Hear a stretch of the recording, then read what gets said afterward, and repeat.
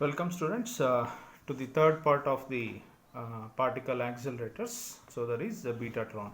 So in the first session we have seen what do you mean by cyclotron, its construction and working, and secondly we have seen linear accelerators, and finally we have the betatron. So what do you mean by betatron means? So it is a type of accelerator which is used to accelerate the beta particles.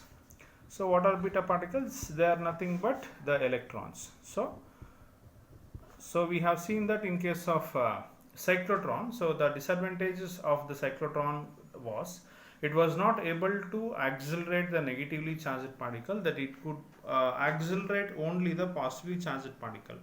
Now in order to accelerate the electrons, that is a negatively charged particle like beta minus particle, so that is what we call as an electron. So the device used to increase the energies of these negatively charged particles or beta particles to very high energies.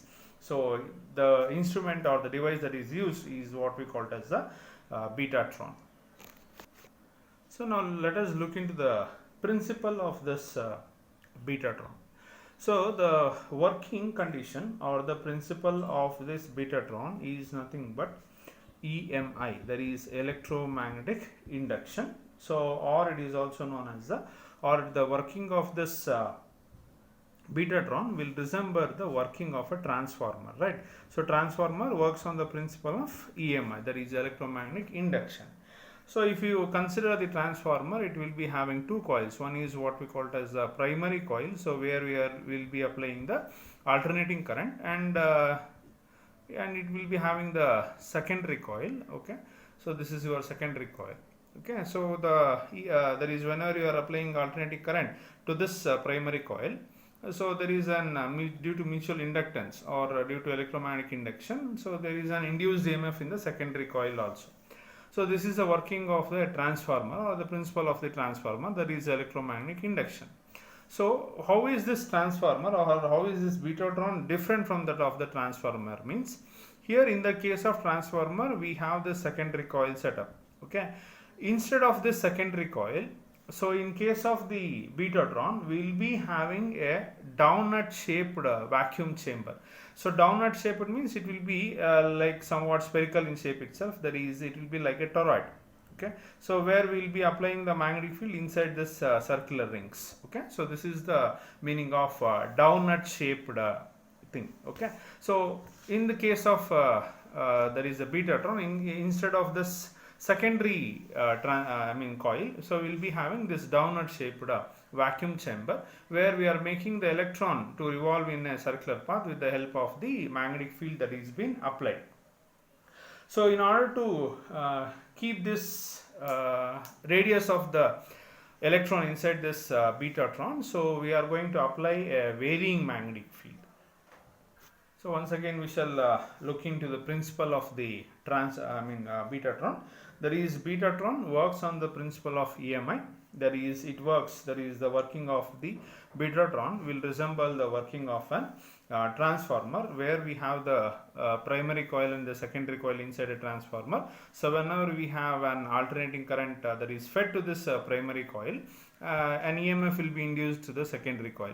But the difference between this transformer and the betatron is that in the place of this secondary coil in case of transformer, so this will be replaced by another chamber, that is what we call it as a donut shaped vacuum chamber, where we will make the electrons to go in a circular path. Okay, but one thing, the difference between cyclotron and betatron is there we can see that the radius of the positive ions goes on increases in the metal sphere or in the metal that is the Ds. Okay, so the radius will be goes on increasing. Okay, but here we have the radius of the circular that is the electrons or the charged particles to be accelerated. The radius of this charged particles will be constant by applying a varying magnetic field. So there the strength of the magnetic field was constant, but here the strength of the magnetic field will be varying, but the radius of the electron orbit will not remain, it doesn't vary, it remains the same.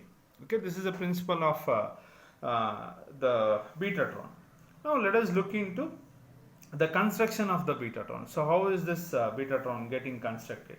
So as if we have studied that it consists of a donut shaped vacuum chamber, which is little bit similar to that of your toroid. Okay, so which is placed in between the two electromagnets. So here is one electromagnet and here is one another electromagnet.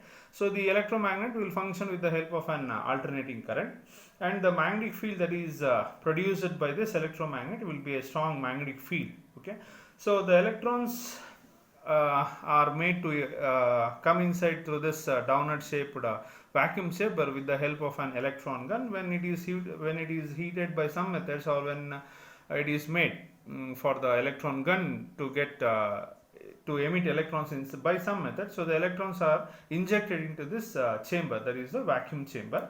The magnetic field will be varying little bit slowly with the frequency of the revolution of the electrons in this equilibrium orbit.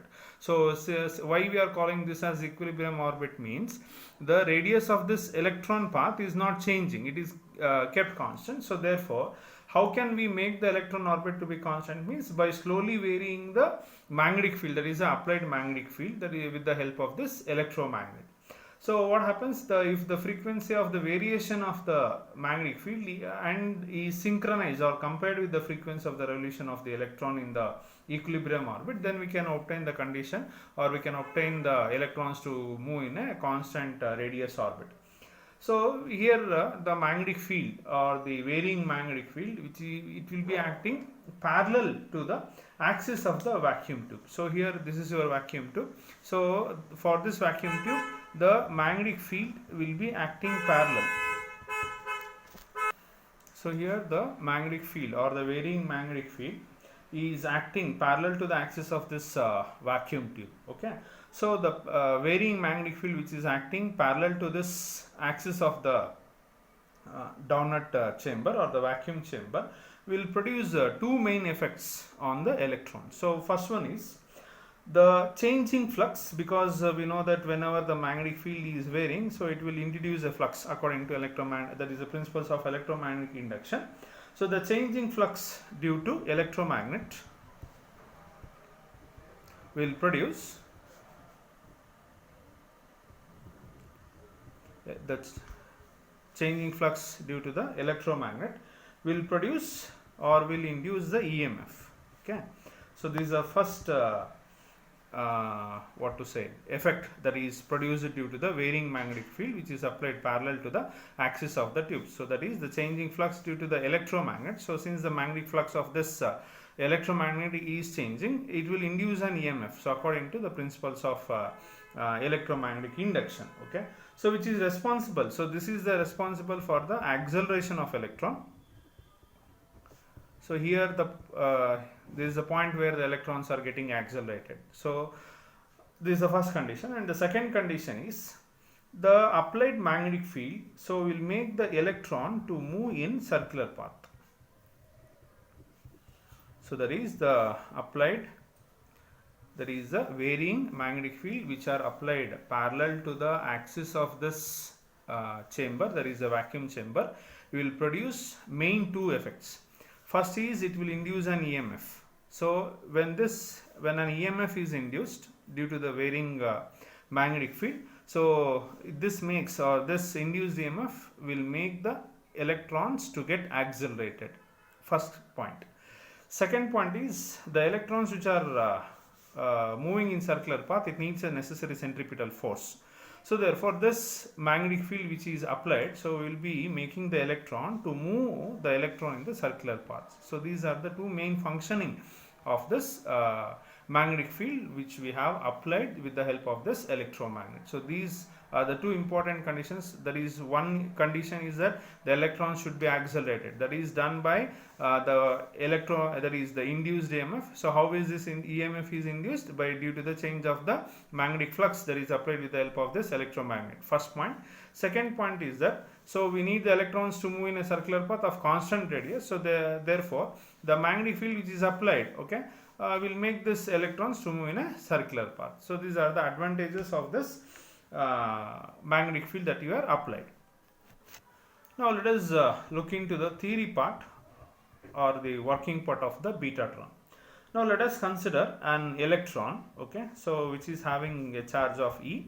So this is charge of electron which is moving in the circular path, and let R be the radius of the orbit. and let pi be the flux, that is flux linked with the orbit.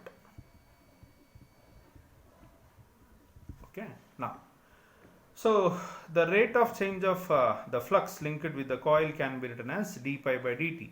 So what does this indicate? It indicates the rate of change of flux, okay, that is been linked with the orbit. And according to principles of EMI, the induced EMF, that is E is the induced EMF, which is given by minus d pi by dt. So according to the electromagnetic induction principles, so we can say that this negative sign will indicate according to the, this negative sign is coming as a result of this Lenz's law. Okay, so we are not going in detail about it. So we all know that from our previous classes. So we will be learning about this. So that is the induced EMF will be always in a direction opposite to that of the rate of change of the flux. Okay, so this is the second point. So the third point is the work done. So work done, usually it will be written as the product of electric field and the charge. Okay, so since we have the expression for E as minus d pi by dt, so therefore work done can be written as minus E into d pi by dt. Okay, so let us take this as equation number 1. So this is, that is the work done by an electron of charge E in making one revolution. It will be equal to capital E into E. Okay, so therefore that can be written as capital E is equal to minus d pi by dt. So therefore work done is equal to minus E into d pi by dt. Now we have a force, okay, magnetic force that is acting on the orbiting electron. So we need to calculate that particular value. So for one revolution, what is the path length that is being traveled by the electron? Means it is equal to 2 pi r. So that is path length is given by 2 pi r. Okay, so this is your path length. So if I consider that F is the force acting on electron in the orbit, so then work done is written as force into displacement. So work done is equal to force. So how much is the displacement for one revolution? There is a path length is equal to 2 pi r. So therefore work done is equal to F into 2 pi r. So let us consider this as equation number 2.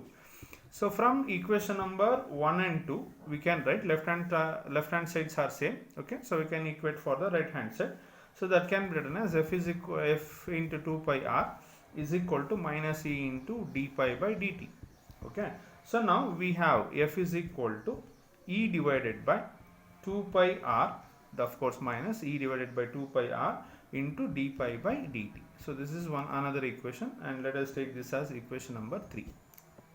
So our previous equation was F is equal to minus E divided by 2 pi r into d pi by dt. Now see, since there is an application of force on the electron of charge E, okay, so therefore the velocity of the electron goes on increases, so due to the this particular force. So what happens? The electron tries to move into an orbit of larger radius in as that is happening in case of an electron. But due to the presence of this varying magnetic flux, okay, so this radial force will be acting inwards, and that particular force which is acting on the electron, that is the inward radial force, will be given by mv square by r is equal to bqv. So since we have considered electron, so we have taken it as E into V. So we know that F is equal to bqv sin theta, right? So theta is equal to 90 degrees. So therefore F will be equal to B into Q into V. So since we are considering electrons, so Q is equal to E, therefore F is equal to B into E into V. Okay, so here we have the magnetic field which is acting in the form of centripetal force. So now this force will make the electron to go in an orbit of larger radius, but due to the presence of this magnetic field and the force acting by the magnetic field on the electron, so what happens, this magnetic field or the force due to the magnetic field will make the electron to go in a circular orbit. So to go in a circular orbit, we need the centripetal force. So that is given by mv square by r. Okay. Now, if I simplify this, we get square. I mean here v and another v gets cancelled. So therefore, we are remaining with m into v is equal to b into e into r. I'll take this r towards the left hand side. So this is what we call as an momentum. So according to Newton's third law, sorry, Newton's second law, we have F is equal to m in that is dp by dt, that is where p is nothing but m into v, that is nothing but the momentum of the electron. So therefore F is equal to d by dt of m into v, so which is equal to d by dt of m into v means it is b into e into r, okay, according to equation number 5. So therefore this can be written as er into dB by dt. Why? Because E and R are constant. Charge of electron is constant and radius of the electron orbit is constant. So only we have the magnetic field that is been varying. So I'll take this as equation number 6. So let us recall the equation number 3. So that is equation number 3 is given by the formula F is equal to minus E divided by 2 pi R into d pi by dt. So this is our equation number 3, right? So if I look into this equation number 3 and 6, we can write minus E divided by 2 pi R into d pi by dt, if this is equal to E into R into dB by dt, right? So this is the equation that you get. So E and E gets cancelled, okay? The remaining thing will be, so here we have d, that is 1 divided by 2 pi R into d pi by dt, which is equal to R into dB by dt. Okay, so if I simplify this, I can write d pi by dt is equal to 2 pi R square into dB by dt. Or generally, if I cancel this dt and dt, I can write d pi is equal to 2 pi R square into dB. Now, if I integrate the above equation, so on the left hand side, so there is 0 to pi into d pi is equal to integration 0 to b into 2 pi R square into dB. So if I simplify this, I get an equation as pi is equal to 2 pi R square into b. So this is equation number 7.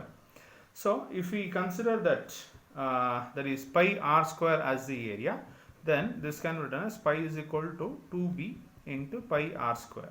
Okay.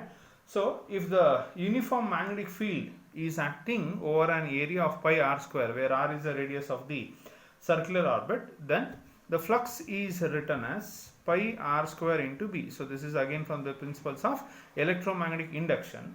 Okay. So therefore, whenever we have any flux through the orbit, if this is equal to twice the flux that is being enclosed by the orbit, then this equation is, or this condition is what we call it as that is pi is equal to 2 times b.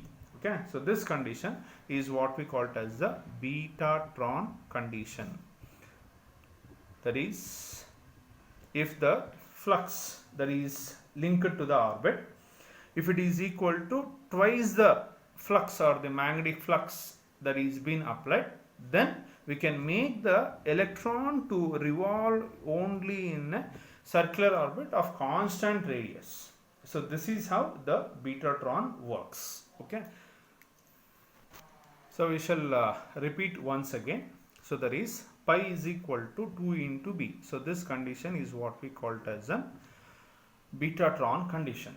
So what we can conclude by this equation is, that is, if we need to keep the radius of the electron orbit as constant, the magnetic field should be varying in such a way that there must be, that is, in such a way that at any instant the average magnetic field or the flux which is being linked with the orbit must be equal to twice the magnetic field that is being applied or that is being present inside the orbit, that is a vacuum chamber.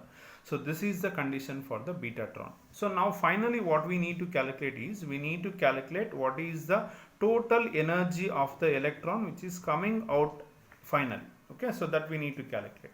See, since we know that electrons are, in case of Betatron, we are studying that is, we are accelerating the beta minus particles or beta particles, and from the properties of the beta particles we know that there is these beta particles will be moving with the speeds, okay, nearly equal to the speed of light.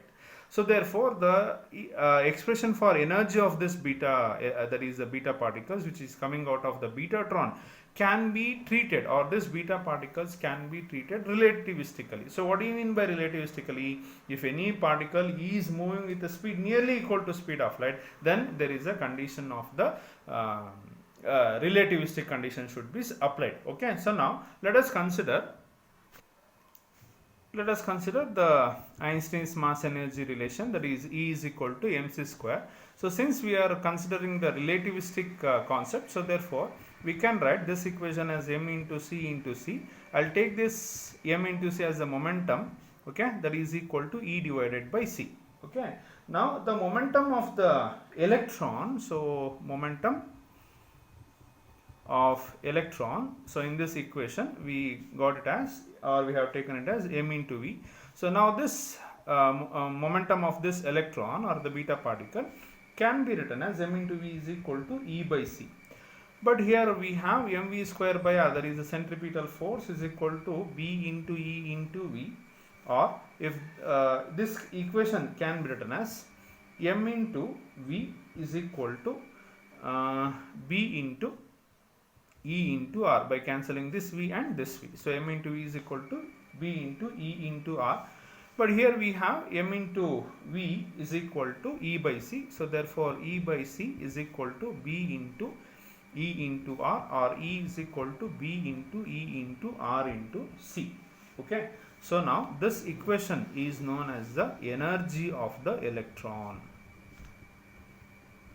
Okay, that is energy of the electron which is coming out of the betatron. So if we calculate by substituting certain values, the energy range of the particles which are coming out of the betatron will be approximately equal to 90 mega electron volts.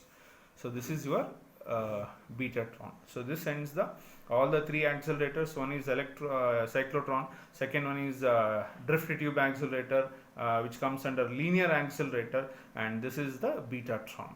Thank you, students.